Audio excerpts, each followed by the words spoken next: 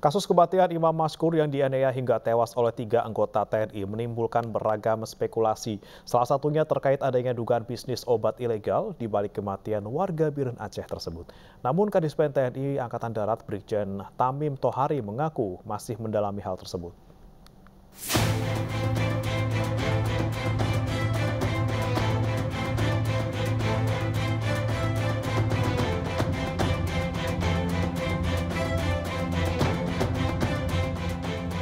Sejumlah spekulasi liar muncul terkait kasus penculikan dan penganiayaan oleh 3 anggota TNI yang menyebabkan warga Biren Aceh, Imam Maskur, tewas.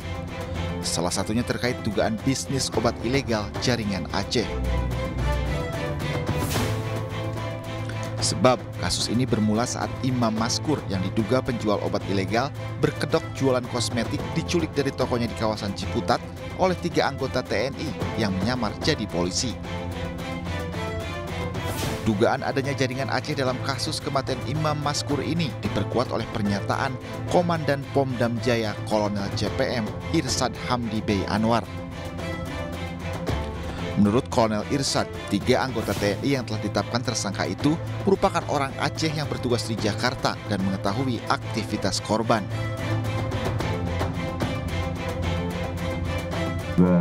Latar belakangnya adalah orang-orang dari Aceh yang sama-sama dinas di Jakarta, yang sama-sama berada di Jakarta, sehingga mereka melakukan itu secara bersamaan terencana untuk penculikan dan pemerasannya. Itu memang dari kelompok orang yang sama, dan mereka tidak mengenal secara detail orang korban, tapi mereka mengetahui komunitas korban ini kegiatannya apa saja. Terkait adanya spekulasi liar kasus kematian Imam Maskur, Kadispen AD Brigjen TNI Hamim Tohari belum bisa berkomentar. Pihaknya masih mendalami kasus ini dengan mengumpulkan bukti dan memeriksa saksi. Kadispen AD pun menegaskan akan mengusut kasus ini dengan transparan. Ini memang yang masih terus kita dalami karena ada beberapa alat bukti yang masih harus kita temukan. Di antaranya adalah handphone korban juga masih belum kita temukan, masih dalam proses pencarian.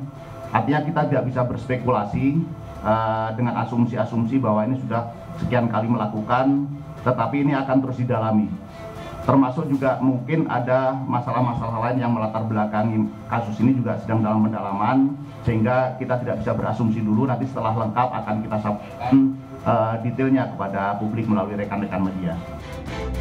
Dugaan adanya motif lain selain pemerasan di kematian warga Biren Aceh ini disampaikan psikolog forensik Reza Indragiri. Reza melihat ada yang tak lazim dalam aksi dugaan penculikan korban, di mana para korban seolah-olah tidak berusaha menutupi kejahatannya dengan menyebarkan rekaman dan diunggah ke sosial media. Apakah ada kemungkinan bahwa rekaman itu dibikin sedemikian rupa tidak hanya untuk dikirim ke keluarga korban, tapi dikirim ke pihak lain, seolah menjadi bukti bahwa tanda petik kami sudah bekerja dan ini adalah buktinya.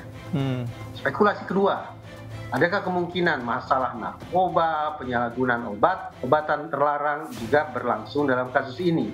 Atau yang ketiga, adakah kemungkinan bahwa 3 orang tersangka ini tak lebih tak kurang adalah eksekutor dalam sebuah kejahatan yang terorganisasi, dalam sebuah bisnis yang menjadikan kejahatan sebagai modusnya? Kalau ini merupakan kejahatan terorganisasi, maka sudah barang tentu penyelidikan dan penyidikan tidak hanya mengincar para eksekutor, tapi juga mencari tahu adakah mastermind-nya atau intellectual dadernya, dan adakah kemungkinan pihak lainnya juga melakukan obstruction of justice. Saat ini polisi telah menetapkan 3 anggota TNI menjadi tersangka, yakni Praka RM, Praka HS, dan Praka J. Selain anggota TNI, ada juga warga sipil yang menjadi tersangka dan ditahan di Polda Metro Jaya. Pomdam Jaya mengungkap para tersangka menculik dan menganiaya Imam Maskur karena hanya ingin memeras harta korban. Tim Liputan iNews melaporkan.